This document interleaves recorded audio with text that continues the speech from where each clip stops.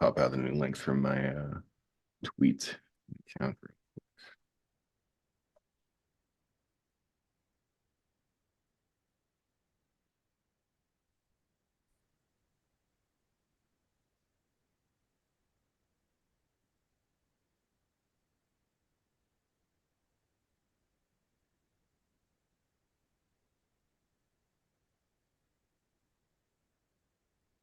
Oh my God, we're live. Hey. All right. Welcome, everybody. Welcome in. You made it to another episode of the Meme Factory Stream Test. This is stream test number 116. And this evening, we are joined by none other than Frito2X himself. Frito, say hi. Hey, Meme Factory. Thanks for having me. It's nice to be here. Our pleasure. Now, you've not been on the show before, and I know you're an avid watcher and listener, but we're going to go over some idiosyncrasies here real quick. Number one is that our main sponsor requires the guest to do the ad copy read every week. So we've sent that to your into your DMs, pull it up at your convenience and rip through it, and then after that, we're going to go ahead and get your sandwich order from Becca. Okay, All right. Pulling it up here. on you. Hello, citizens. Are you tired of living under constant surveillance with Big Brother's watchful eyes following your every move? Feeling helpless? Well, worry no more. Are you tired of the boot in your face? Well, lace them up on your feet instead. Join the ranks of those who not only walk in the boots, but also carry the baton, the shield, and the all-seeing eye. Imagine a world where you're not just another cog in the machine, but the one oiling the gears, tightening the screws, and yes, monitoring the other cogs. Become a guardian of peace, a sentinel of stability, a purveyor of truth.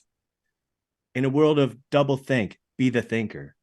In a land of newspeak, be the speaker. And in a realm where ignorance is strength, be the muscle. Sign up today and step into a future where you're not just subject to control, you are the control. Embrace the unity of thought, the purity of conformity, and the bliss of total surveillance. After all, freedom is slavery, and you, my friend, will be the freest of them all. Join us, because who wouldn't want to be on the winning side of history, the side with the boots, the batons, and the unblinking eyes of justice? Remember, war is peace, freedom is slavery, and ignorance is strength. See you on the other side. You know, that was a great PS. Every That once was in a while, awesome. Wow. sponsor puts out something like that. And Excellent. it's lovely. Excellent. All right, It's a let's. little too real, really. Well, Yeah. so many Bitcoiners are joining that other side these days. Really getting to wearing the boots and putting them on people's faces. It's Well, disgusting, With frankly. with approves. it's disgusting. Yeah. It's quite gross. Yes. But Greg, All right, let's shift this over Uh, and see what she's got prepared for you today, Frito. okay, let's see. I have a new setup, so I'm not too sure if this is gonna work. Okay, That can is you cool. see? Oh, I have to Yes. slide back more.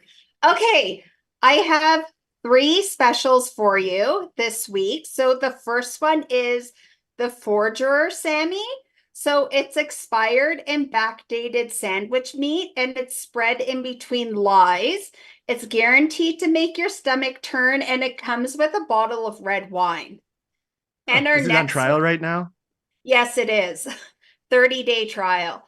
So our second sandwich, it's a tribute to the greatest UK journalist that's ever existed, a real like shining light of our generation, the Humpty Dumpty. So it's pigeon brain pate that's fried in seed oils, and it's guaranteed to blow holes in your pants, and it comes with a worn out Metallica t-shirt.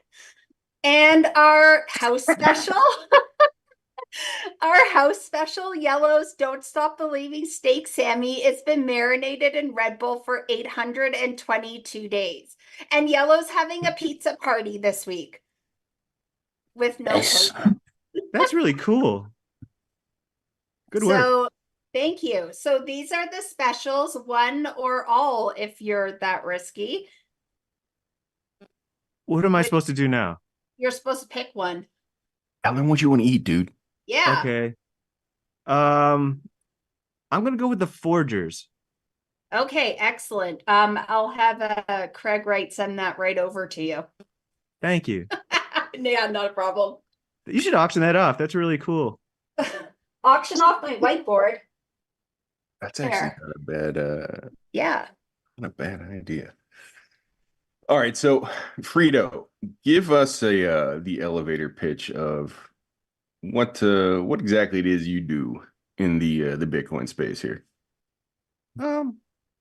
Not much. I have a periodic show with our friend Elsie Hoddle, and we've been doing this thing where we try every other week, not so great lately, but we try to get together and bounce ideas off of each other. And he's kind of a filter, an interesting filter for things that go through my mind. And it's always fun to see, how he responds when I try to trigger him about things. But other than that, in Bitcoin, I don't really do anything. I had been on a few shows with people we know, and I did some writing, but I haven't written anything lately. And honestly, I'm just kind of laying back right now because the whole scene has made me a little sad. And I'm tired of shouting into the void. So I just kind of watch and try to see what's going on. But I'm not really too involved right now other than that, really. Can you reference what makes you sad in the scene? Misdirected toxicity, I think. I think that there's a lot of things going on that are really bad. And most people and influencers kind of don't really focus on that. And what ends up happening in these lulls in the market, right? I guess you could argue we're in a bull market, but really we're just kind of in like this downtime for a few years, and Bitcoiners just start attacking each other. So like when I say stuff, it's almost like the people who think the most like me are the ones that would attack me over it. And nobody else really pays attention. Where our toxicity really should be directed at, like, for example, there's like this corporate trope where, thank God for the devs are bringing necessary change and upgrades to the Bitcoin protocol to improve it. And I think that that's really dangerous. And I just don't see us really directing enough toxicity at things like that, if we're all rooting for this set of rules that can't be broken, and that's the thing that saves us, yet we keep kind of changing the protocol, that, then is our hard sound money as sound as we think? And, Bitcoin's like this evolving organism. And I think that when I look at the world through a Bitcoin lens, I'm kind of like looking at the world through like a sound money lens. But if Bitcoin keeps changing subtly, it's almost like it's not one thing. And it's almost just like this idea that I have in my head, but I'm struggling to know exactly what it is or what it's going to be. It's almost like the idea where me and Elsie were arguing about America, where America is like this set of ideals. And when you stand up and you do the Pledge of Allegiance, like, what are you really pledging to? And it's a little vague. And I think Bitcoin's a little vague in my head right now. So I don't know. I'm just kind of taking a step back and observing, I think. I feel what you're saying, where it's a little sad when people are agitating to change things about Bitcoin that don't necessarily need to be changed. But I feel like it's cyclical at this point. With each new cohort of Bitcoiners that come on board, like, everybody has to learn that lesson again. And I don't know that you can escape the cyclical nature of humans making the same mistakes over and over again, especially when they're quote unquote new to a technology or a paradigm or a set of thoughts. All I heard was Frito's upset with the bear market rules that, let's not forget, Yellow put in place. Okay, so if you have any complaints, please take them to the public. I didn't put them in place. It's like something that we do. Isn't like the contrast? Sorry, Yellow. Sorry, didn't mean to interrupt. No, go ahead. No, I was just gonna say, isn't it like also like a huge contrast on what you see in Twitter versus like when you're talking to Bitcoiners, either in DMs or like at conferences and stuff? Because then it's all like when you're with like-minded people and you're not, like, Twitter just confronts you the whole time with normie behavior and normie news, right? So we're constantly triggered. We're reposting all the stupidity we see, and we get really toxic, and it becomes like this fighting brawl, and you get all this toxicity I think you're talking about. But honestly, like, I just literally just finished listening to a podcast again, and it's just so super, like, that's what I get energized from, like just the Bitcoiners amongst themselves talking about how it changed their life and how everybody's getting like super positive, getting new outlooks on life and freedom and stuff. So I don't know. I just see like this huge contrast when I open up Twitter and you see all the infighting, and it's always like the most toxic or worst toxic guys get like the most airtime and scream the loudest, right? And we all get sucked into it, like this whole Putin discussion going on right now too. It's like when you meet Bitcoiners in real life, that's not what the conversation is about, and I get like this complete different energy from meeting people in real life versus what you see on Twitter. So I completely agree with you, Frito. It's I get a little bit tired of it sometimes too. I just want to turn it off, honestly. I appreciate toxicity. Like I think it's necessary, but I think a lot of us just lose track of the war, which is we need sound money, and we lose track of the fact that like when they try to add all these like little benefits to it, it's just kind of gimmicky, and then we start getting off into political and science quote debates, and then we just kind of like lose track of the actual goal, I think. It seems to me that you're tired of Bitcoiners and not Bitcoin.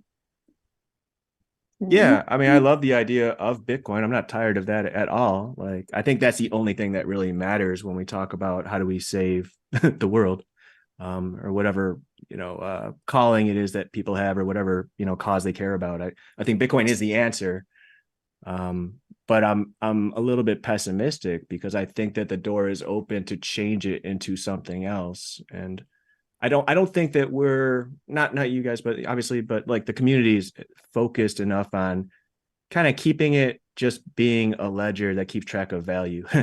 And I have heard like people like Saylor and Samson talking about that a little bit lately, and I think that's good, but I think that just needs to be kind of like a major focus. Just in my opinion,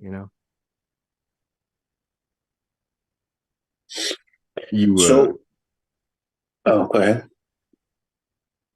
well, I was No, gonna no. unless I'm just wondering if he's in favor of changes, recent changes in the code, or like he wants to focus, like you want to focus he wants to do more. what?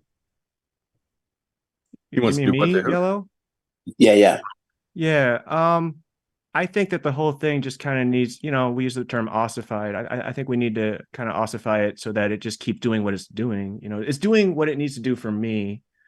And when you go back in history, I guess, like, I guess early on in Bitcoin's history, it broke and they had to change the code to kind of like reset it. And that was bad. But that was like a long time ago. And then, Mhm.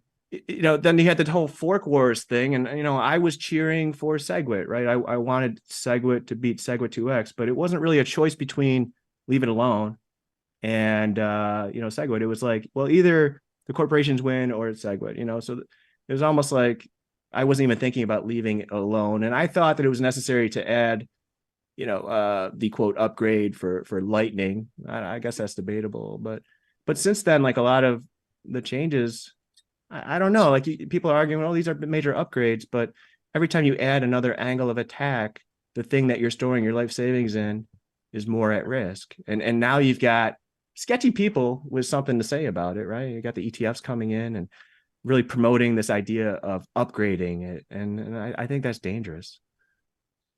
Well, it is apparent that last question I swallowed, right? It is apparent that like with the latest ETFs like going live and those products like being in for the public now, and like we're gonna have more and more powered by normies that are gonna come in the space, changes like that. In the end, I feel like it's a battle of what you think Bitcoin is. Mhm. Like, because I think in the near future, we're going to see Bitcoin doing more than that we like. It does well until now. So what is Bitcoin to you, I guess? Hmm. I don't know. Yeah. Well, that's The space definitely is changing. I get what you're saying now. Yeah, I mean, like we're saying, well, there's these upgrades going to pull normies in, but maybe we don't need normies to come in any faster than they were going to come anyway because they have to eventually. You know, it's like the Bitcoin standard stuff of, you know, money value always flows to the strongest money, and I think that that's true. I mean, obviously, I don't know, it's just what I think, but yeah, I mean, what is Bitcoin? And there was a podcast back 2014. This guy Paul Boyer, Mad Money Machine, and he was doing this thing where he had all of his guests come on and say in 10 words define Bitcoin. And I always thought that was interesting because everybody had a different answer. You know, but I like Sailor's thing where Bitcoin is hope. And I mean, Bitcoin obviously I think sound money is the last hope to maintain freedom, probably for everybody, and you know, individuality, and you know, and if we don't have sound money, then I think this is just going to go to bad place. It's just a matter of when. And Bitcoin's probably the only chance to have that. So, you know, on one hand, I think that it's possible that Bitcoin breaks and fails, but then that makes me really sad because I don't think there is another option, really, right? So it's not like I'm bearish on the idea of Bitcoin. I'm actually very hopeful on the idea of Bitcoin, but because I really don't think there's anything else out there that's going to serve that purpose. Frito, can you define Bitcoin in 12 words? Ideally from the BIP 0039 list.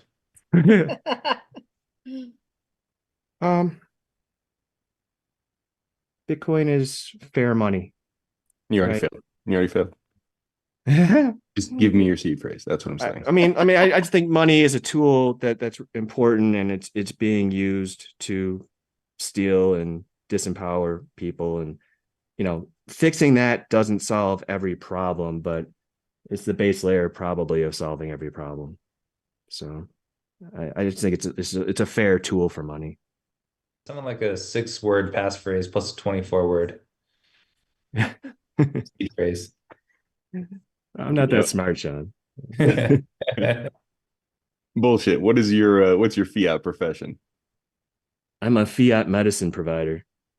I'm a neurologist, and I only practice sleep medicine. So I treat like sleep apnea and narcolepsy and things like that. But you know, I practice with my hands tied in this really shitty system, and every day. Oh my God, can you help me? Can you help me? Yeah, can you get yellow BiPAP, Frito? Come on. Yeah, Stop probably. drinking Red She's Bull, not Tyler. asleep. No, I mean that Dude, stuff's I like so got- easy, right? I have all that plus like agoraphobia, like panic attacks. Like, what do you want? Like, I got everything.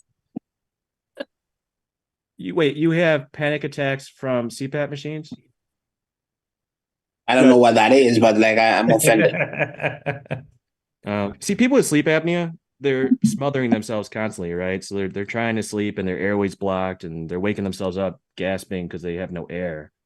And the CPAP machines never cause claustrophobia at all because they're literally the gateway to the outside world. They hold you open. And when you talk to patients about it and they tell you they're claustrophobic, it's actually not that. It's that their provider didn't give them enough air, and they just got to push some buttons. So that, you know, but there's a lot of people out there that think they're claustrophobic and they can't use it. Okay. But yeah, I mean, if you guys ever want to talk about it, I mean, that stuff's pretty straightforward. It's a lot easier than Bitcoin philosophy. What do you But think? the system's terrible, right? Like when I started working, Right. it's like 2008, you know, me and my wife both started working around the same time, and we're both making what we're supposed to be good salaries, I guess. And we're living paycheck to paycheck, and we're not making any savings. And I'm learning that I've got to gamble, and I'm going in the stock market and you know, buying 3D printing stocks. That's something me and Phil always talked about. It's kind of funny. Everybody won because the stock market's going Phil up. from Pleb Underground, Phil. Coin Icarus. Yeah. Shout out to Coin Icarus. He was nice enough to have me on a podcast, you know, his podcast. It was my first one. And I hope nobody ever listens to it because I just said, you know, like every other sentence, and it was really cringy. This is To the point where I called him. I was like, you got to delete that, Hello, man. He's like, no. rabbit hole podcast he has. I can't think of it. The full name of it. Oh, Fun with Bitcoin he had. Is it Fun with Bitcoin? Okay. Yeah, he doesn't do it anymore. I wish he would. It was a Bitco Yanowski drawing on the front. He picks it up from time to time. He does. But yeah, I enjoy it as well.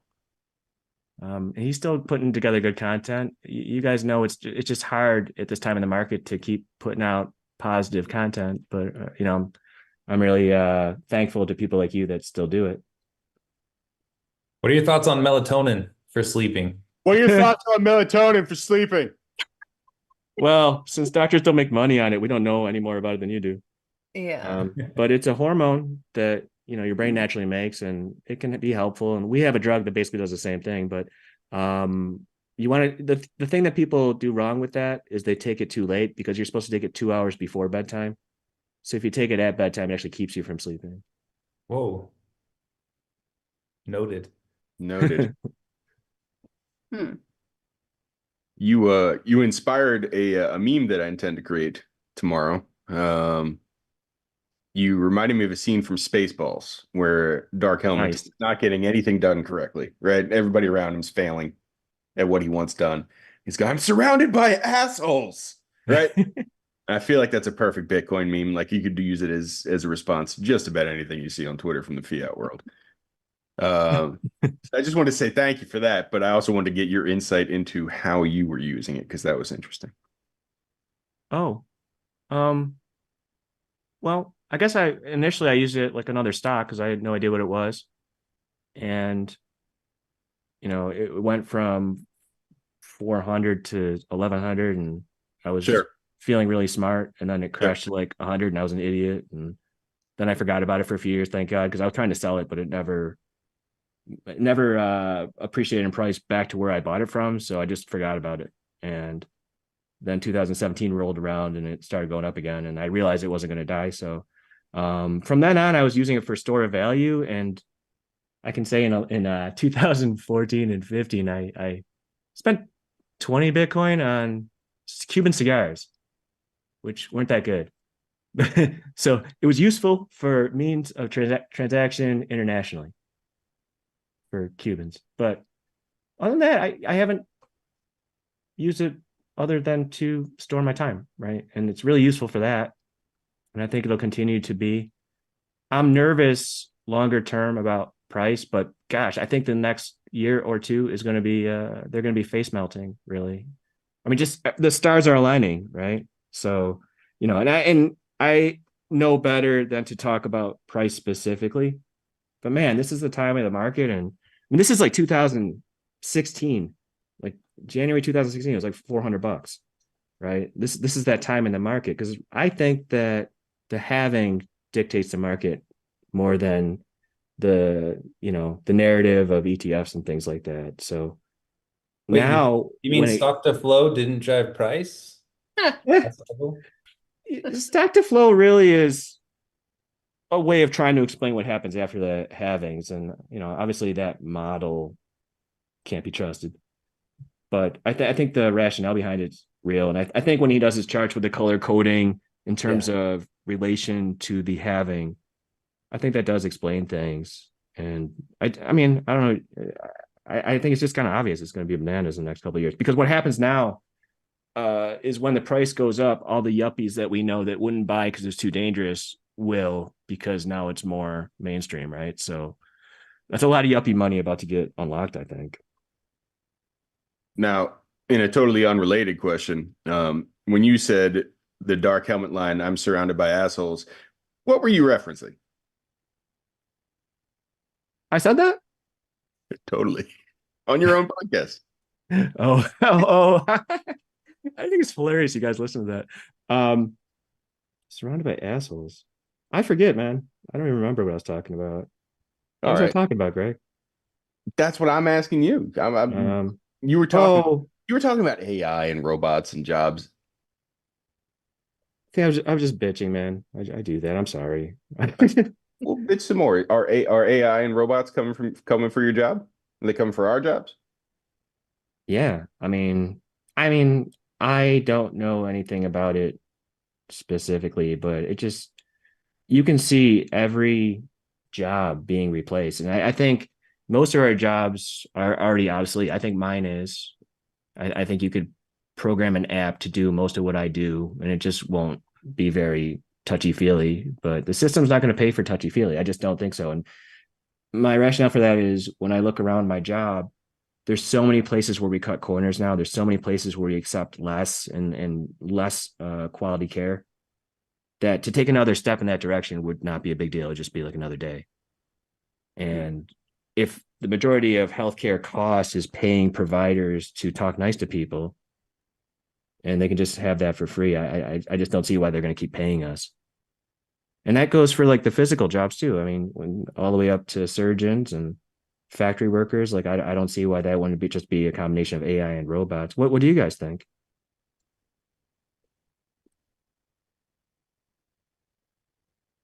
I mean, I have thoughts. I figured I'd leave it open for these guys if they wanted to.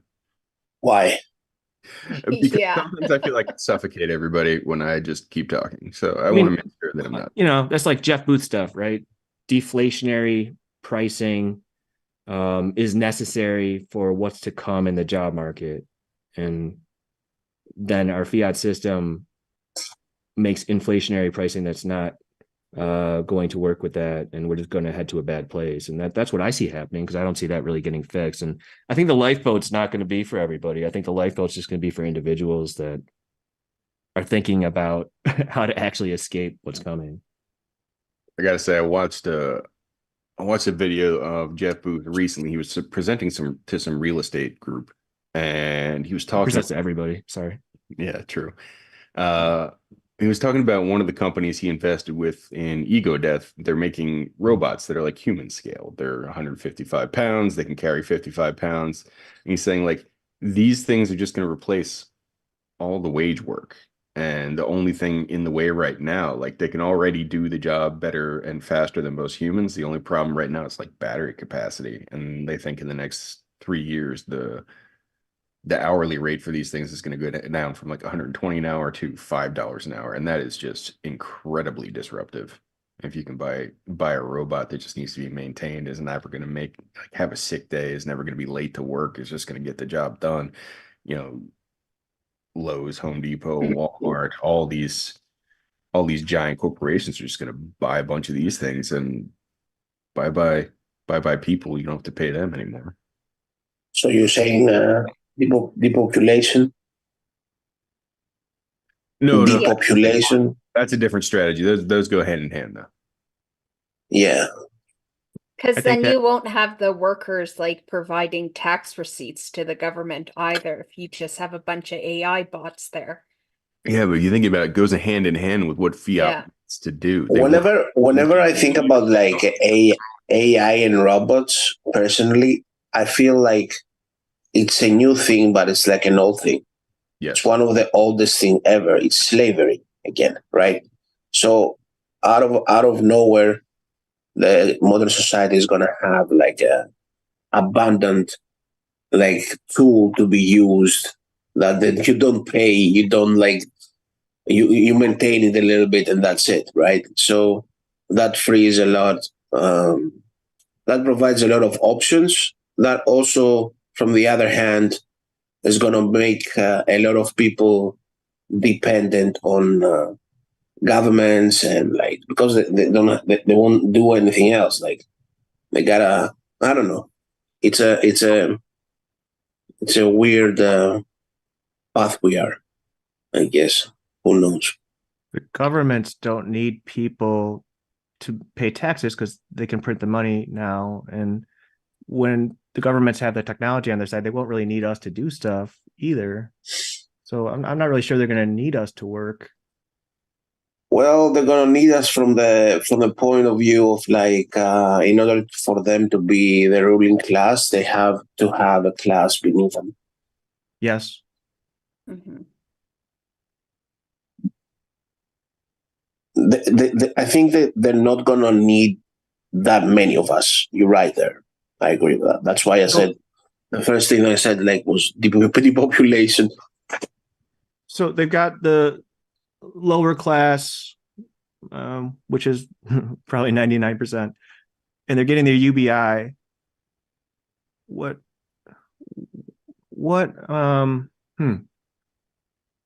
I'm not sure what they need those people for. That might be why there's kind of a push to like lower population. That's why I think the play for them is like depopulation with like whoever is like the lower class, have them dependent and numb through stuff like what you said, like the UBI stuff. But if they don't need the lower class to provide labor, Why would they want a bunch of dependent people? You're great. Oh, wow, you're so great, Mr. King. Yeah, I love how you take care of me. That's what I mean. Maybe. But it'll just be like for one generation or two. It's not going to be like for hundreds of years, because if you're dependent on the state, then the state gets to dictate all the rules that you live by. You can't have children. If you do, your kid is, part of the Rainbow Society, and they're not going to reproduce. Like, that's all these things that the government will use to like manipulate the population to like voluntarily depopulate themselves. Well, I mean, it just gets more and more expensive to live. So the proposition of having a child under a fiat standard gets more and more and more expensive. So these people end up just living in their pods with their Apple displays, living in an alternate reality until it's over. Collecting their... and there's always gonna be like opposition to pretty much everything. I feel I'm not that like of a doomer guy. I guess like there's always gonna be people that like would tinker with it, any kind of technology, would find another use case for that technology. Like there's always gonna be opposition, because like that's like human nature, no? When do we get to the point that AI starts tinkering with itself? We're there. We've been using generative design technology with AI for a decade, dude. Yeah. That's the whole NFT market.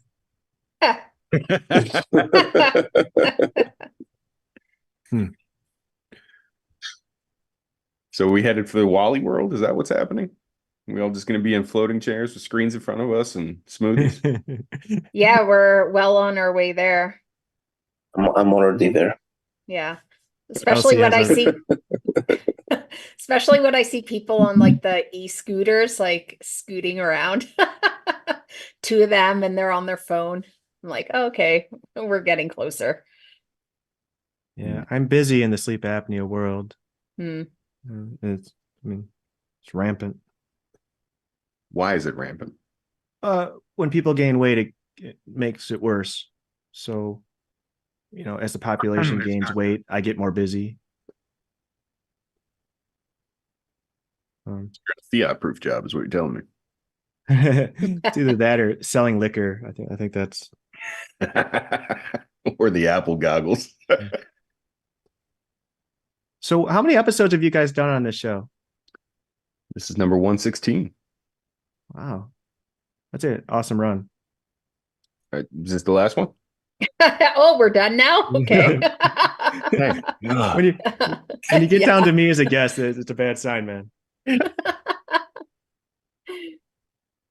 All right, so you probably had the same issue a lot of us have, moving in from a fiat mindset into more of a Bitcoin mindset and trying to find signal amongst all of the noise out there. How has been your approach to finding more signal, real truth, real information in the last few years? It is so hard to find truth, isn't it? Like right now, some kind of question comes up, or if it's political or science, and I feel like, oh, you know what, I should look that up and try to find the truth to that. And I'll just stop myself and be like, well, I'm not going to learn the truth by trying to look this up either. So it can be hard just to find even what you're looking for. Really, for me, I just find clarity in looking at the world from a Bitcoin lens. I think that just like, the Austrian economics base, and you're just like trying to look at a market or markets that aren't distorted. I think that really brings truth to like what's really going on. So like, for example, if you look at a hospital, most people look at a hospital and say, oh, wow, that's really nice. And it's all decorated, and they must be really successful. They must do a good job. So I want to go there. But then you realize that fiat distorted that because they're just living on grants, and they could care less about how well they're actually perceived, or, how good of a job they really do. And there's a lot of examples like that where you just realize that the visual is not reality. And when you break things down in a real free market, which, Bitcoin's free market money, then I think they make more sense. But other than that, like another way I try to make sense of the world is I just don't pay attention to a lot of these other issues or conflicts. You know, I think a lot of it's just theater. And I think a lot of my friends and family get triggered too easy by stuff that really doesn't matter and it is just meant to distract and trigger people. So I find signal by just stepping away and observing and just trying to keep thinking like a Bitcoiner, but really it's getting harder and harder to find information. And you know, as you know, like one of the AI things is those AI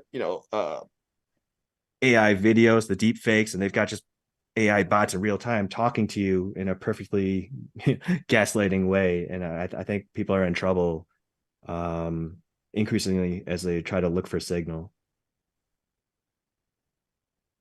Speaking of signal, I was listening to LC on your pod recently, and he was not providing it. He said that we won't see a Bitcoin as a world reserve asset in our lifetime. So given that fiat currencies generally have a 50-year lifespan, how stupid is LC? LC is one of the smartest people I know. And to be honest with you, like I really appreciate him kind of keeping me in line. And a lot of times I'll go back and I'll listen to my podcast because I've got like a big ego and I'll just listen to myself. And I'll catch him like outsmarting me that I didn't realize at the time. Yeah. When he says stuff like that about the world reserve, currency, like in my head, I'm like, what's that even mean? You know, it's just like the concept of America or Bitcoin, but it's like, I'm not even quite sure what the definition of that is. I'm sure there is one, but it's just like, okay, I think in my head, that just means most people are using it. And I know we're really far away from that, but maybe it'll happen. I mean, I think people will be forced to use it. I don't think it's that most people are using it. So like a world reserve asset just means that it's the underlying value for any given currency, right? So right now it's US Treasury bills and gold. And I have a hard time thinking Bitcoin doesn't replace US Treasury bills and gold inside my lifetime, honestly. Wait, you believe it's gonna do it or no? I absolutely believe it's going to be the world reserve asset inside my lifetime. Yeah. So it's defined Really? as who's using that as a tool? Who's using what as a tool? You're saying, oh gosh. So you were saying that world reserve assets, yeah, the underpinnings for any given currency. As of today, US Treasuries and gold are the two biggest examples. underpinning the US currency? Underpinning any given currency. Oh. I don't know what underpinning means. The layer from which the currency extracts its value. God damn it, Preston.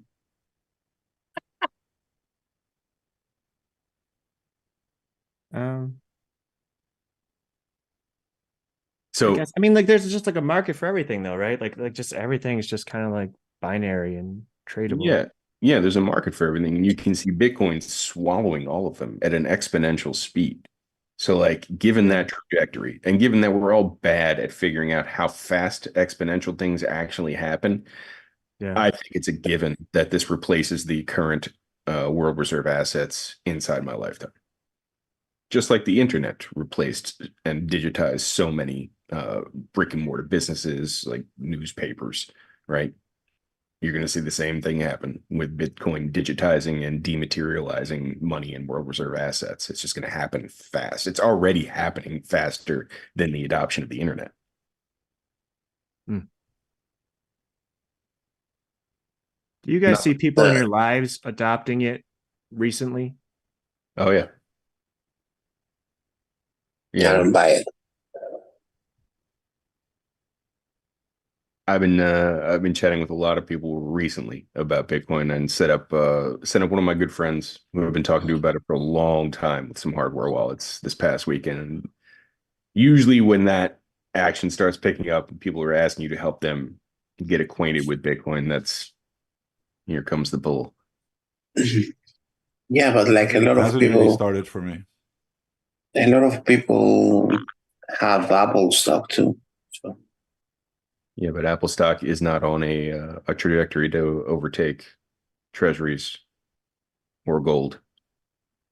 Yeah, but like if you compare Apple stock 10 years ago, like you would say like Apple stock would be like the biggest like stock out there.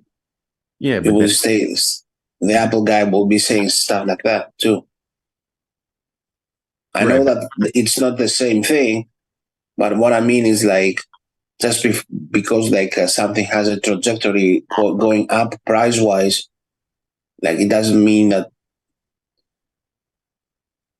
it's gonna become like a base layer for pretty much everything economic wise worldwide, like That's within 50 years. exactly what it means when you're talking about a reserve asset, especially if it's growing at a exponential speed.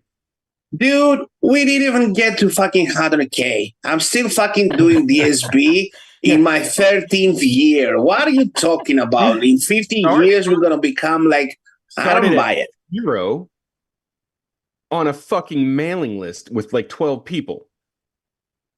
Ah, God damn it. Actually, it didn't start How in long have we 0 been talking technically. about like this ETF stuff coming to fruition, right? Like ever since the Winklevi started that, it's like this other big check mark of things that has been predicted for like forever, right? All those phases Bitcoin will go through, right? People are still talking about, but we're still not buying any coffee with it, and it's too volatile. Yeah, we know that's like the last step, right? But I mean, I remember like memes. It's not even that I haven't been around that long, but those memes were created way before I came into Bitcoin, like 2012, 2013. They already made these graphs of like Bitcoin's path to a world reserve currency. And everything I see is still like, okay, green check mark, green check mark. We're still headed on that path. It's still hard to see. We've still got a lot of phases and stuff to go through, but we're definitely trending in that direction, in my opinion. It's not like that I don't believe in that path. We are in that path. What I'm objecting to is like a timeline. I think 50 years is like 40 years, like too soon for that. I feel like we're gonna be there in the so-called hyper Bitcoinized world, as we like to say, like in 150 years. It's gradually then suddenly yellow. I mean, every fiat currency lasts about 50 years. It's not my opinion that it takes about that long. That's just what the history says.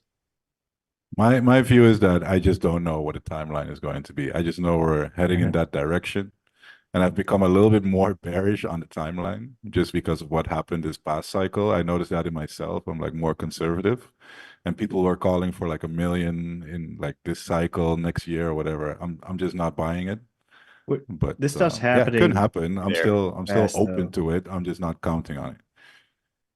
It's like you go back, last 10, 11 years, Bitcoin used to just be laughed out of every story, right? Every mainstream headline was like Bitcoin's a joke, and the talk shows would just make jokes about it, and it was just obviously like terrible. And it's changed so much like in the last 10 years. Like it's happening fast. Not fast enough for my liking, but it's happening fast. And I like Greg's point about the exponentials. Like now change is happening faster than before, I think. The best metaphor I've seen about the current position we're in with Bitcoin with regards to world reserve asset status is that it's a chess match, between two grandmasters, and both of them know the game's already over, right? They already know one of these players has won. Bitcoin has won. At this point, we're just making moves until the end of the game. So you're going to see just more and more nonsensical moves from the fiat world as it tries to stop the ascent of Bitcoin. And hammer time. I thought it was really interesting that that Fidelity in Canada, that they're adding 1 to 3% of Bitcoin allocation in their all-in fund or whatever. That's just like a few weeks after these ETFs were approved, right? How long have we been talking about if, Wall Street just allocates 1 or 3%? Okay, it's just this small thing in Canada, but it's already happening there, So, yeah, I don't know. I agree with you, Greg. We've already won, but I think a lot of people don't see that yet. So in that sense, people making moves, they're not necessarily making those moves yet under that presumption. All right. So, yeah. I was impressed with the Aqua wallet just being like a really nice UI, and maybe it supports things I don't like, but I think that something like that being user friendly and letting people kind of use Bitcoin when they don't know they're using Bitcoin, I think is really nice progress. Yeah, that's super fascinating. People using Bitcoin without them knowing it. Because arguably that's more from the technological and UI side of things. If you compare it to the internet, right? Like if you're talking 1995 or whatever, and you're trying to imagine where the internet is going, it's on all these different levels, right? It's not only UI, it's also stuff being built on it and stuff. So it's probably going to be like an exponential from all different layers. And people using it without knowing it, I think those people buying that Fidelity's all-in super fund or whatever it is, they don't know they even hold Bitcoin. But I'll make the point that, this stuff's super cool and I'm excited about it, but it doesn't need to even be there. All Bitcoin needs to do is not be debased and, not be confiscated and allow me to just take my value with me. Like that's all it needs to do. But that stuff's really cool. And I think it'll add to the growth. I gotta add something, okay? Because I remember the first conversation we had as a group, Meme Factory group. I remember the first call we had when we were doing the campaign. It was on Telegram. Was that around Laser Eye campaign? Is that what you're talking about? Yeah. The first call we ever did. And Not ever. everyone was like, oh yeah, we're going to 300K, man. Yeah. 250, yeah. And I was like, guys, I think like if we get like 100K, oh, you fucking bear. You're such a bear. We still did actually Sean with that bear icon. What I wanted to say, and it's not about price. Like I know we were talking about adoption and all that, and like okay, but like in my experience, Bitcoin is a struggle every fucking day. It's a battle. Dude, it's a battle with yourself. It's a battle with others. It's a battle with the hackers. It's a battle with the memers and the influencers. It's a battle with fucking banks, governments. It's a battle about everything and nothing. So I don't know if it's gonna be that easy. Like I don't feel like, because that kind of like hope, like that path we talk about, even though I do believe it, I know that it's like an uphill. Like you said, exponentially, it's gonna be exponential uphill. A number go uphill. Yeah, but it's not but like that's not good. Like okay, if it's cycle, I'm saying in my lifetime, I assume I got another 40 years left, Yeah, I'm not saying I gave you 50, man, and I'm saying I don't see it. Rope, you got where's the jokes at, Rope? Come on, you can't let that slide by. Yellow, I think you're right, man. Like we don't get enough credit for how hard this is. Like if it was easy, like everybody would be rich. And it's a personal battle with yourself to keep doing what you're doing. And it's like you're conflicting with everybody else around you because you're just thinking differently from everybody. And obviously the politicians and the corporations kind of want you to fail. So yeah, it's always a battle. It's hard. I'm wondering if we can get Pedro's thoughts on all this. I haven't heard anything from him. Pedro? Stop being bears, guys. For real, I forgot I about hear you. that It's bit. a struggle and it's hard, but at the same time, I don't feel like that at all. Like for me, it's been great. I'm loving it. I feel free. I'm confident in where Bitcoin's going. Maybe it didn't go as high as we expected it to be, but like the freedom it provides and the hope it provides, for me, it's like I'm laughing my ass off. And I see all the struggle and the fighting and like the fight against the system, but I mean, we're winning. So it's not, I mean, it would be a lot harder if we were losing right now, but I feel like we're winning. Winners, let's go. I feel like bunch of fucking. Yeah, I think you're right, Marcus.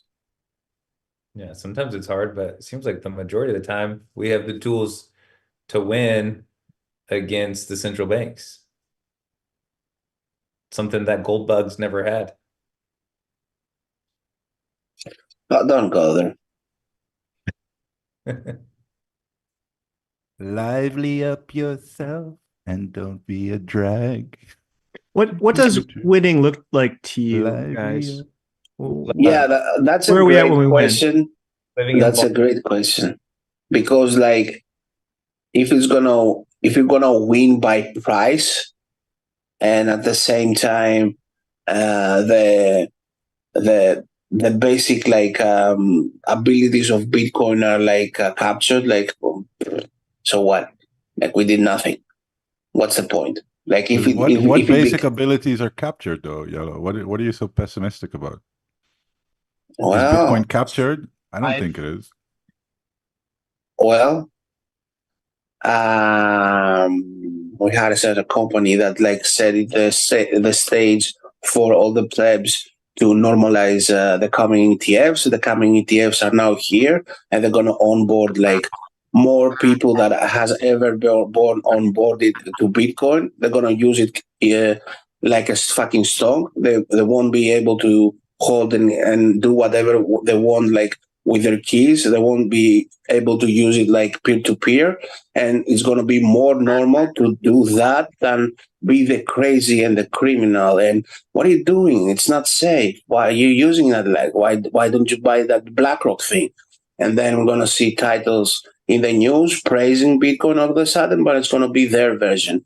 And we're going to be again in the margins, like using it once again as we started it, like peer to peer between me and Craig, like buying potatoes from him and he Yeah, buys but from me. Like, even in that scenario, right? And I kind of agree that we're gonna see more and more of that. Like even Lightning, I hear people saying like like 90% or more is gonna be like custodial Lightning. Maybe it will be, right? But as long as the underlying fundamentals of Bitcoin, 21 million, the simple stuff, right? TikTok next block, that is uncorruptible, then sure, there's going to be like these, just like with FTX or big exchanges, there's going to be like fuckery going on. But as long as the underlying system is not compromised and nobody can corrupt that and make more Bitcoin, then for me, that's where it's headed. And I'm not pessimistic about that at all. I want to touch on your point about FTX because one of the things there's going to be fuckery when they integrate Bitcoin into the system further and further. But every time fuckery ensues, Bitcoin punishes that company. Look at what happened to Celsius. Look at what happened to FTX. Like they all got caught out over their skis. Yep. More leverage than the Bitcoin they had to support it, and they went. Poof. My Right? base case is that we're finally going to see a big Fidelity Wall and Street. BlackRock and Grayscale. The same thing can happen. Right. That's my base case that that's going to happen. And there's not going to be a bailout because you can't make more Bitcoin. Can't bail it out. Exactly. Right. What happens? Free and open Yes. markets, as Preston likes to say. You think the Fuck ETF? around and find out. All right, we are rapidly approaching our hard end here at 8:30. So want to make sure we go through the rounds. Rope, haven't heard a bunch from you today, so if you want to do your RD impression, I'd love to hear it. Yeah, sorry, I've been a little preoccupied. Hello, Frito.